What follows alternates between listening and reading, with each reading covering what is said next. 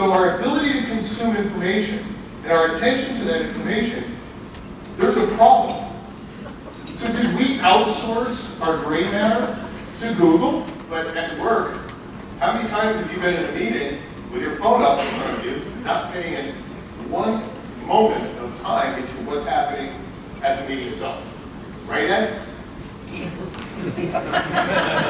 And we all know this, right? We all know that texting and driving is not a good thing.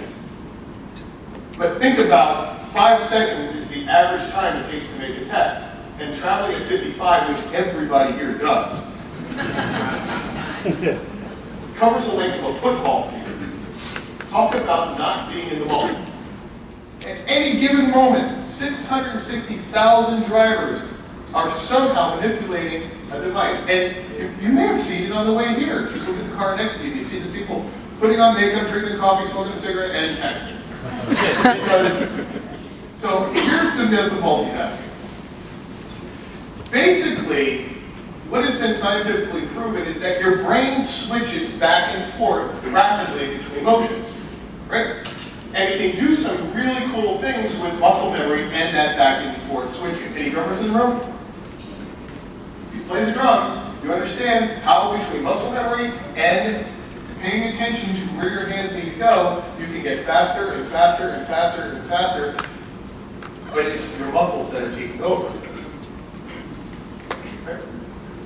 And you throw these devices into the mix, we're at a catastrophic point because it's impairing social awareness, it's impairing their ability to be a part of society, it's impairing their ability to communicate. They're communicating differently, and we looked at that and said, oh, how charming.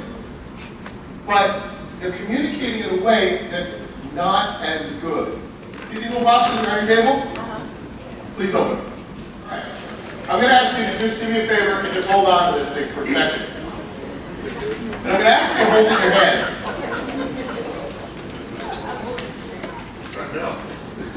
No, won't melt. I'm going to ask that everybody turns their phones down. Just listen to the sound of the oil. Listen to it.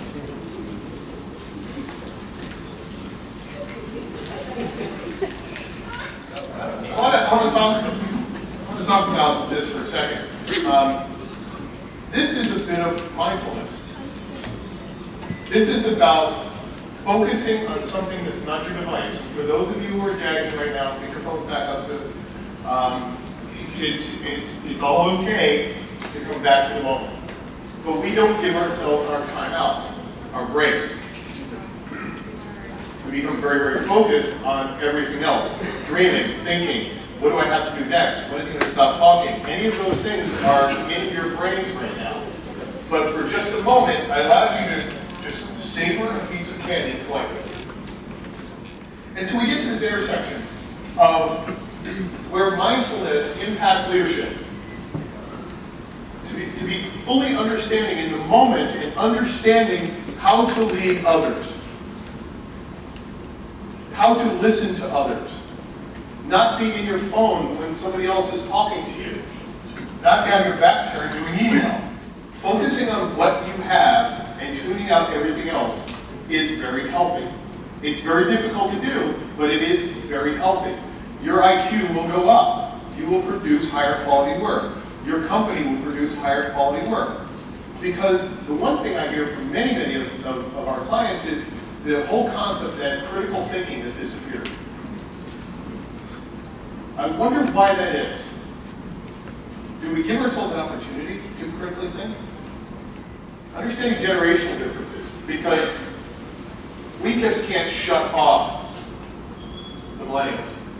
We just can't say, we're not going to do it this way, because that's effective modes of communications with them. We need to understand what we can and can't do, but also to mentor and to guide of what is acceptable business principles.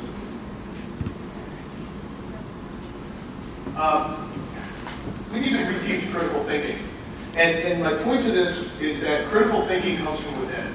If we want to be able to reteach it ourselves, to our colleagues, to ourselves as individuals, we need to be very aware when we're no longer thinking in a critical manner. So, Lastly, we need to start to get our arms around the policies and procedures that go around this. There are implications to this. We need to completely understand how our policies, our procedures, what our cultural norms are within our organization. Because there is impact here. And like Mr. Gordhammer said, you need to go into an organization and affect the culture so that the culture can get their arms around making changes slowly. But they did it in a much larger way. Google. But maybe there are some simple practices that you can do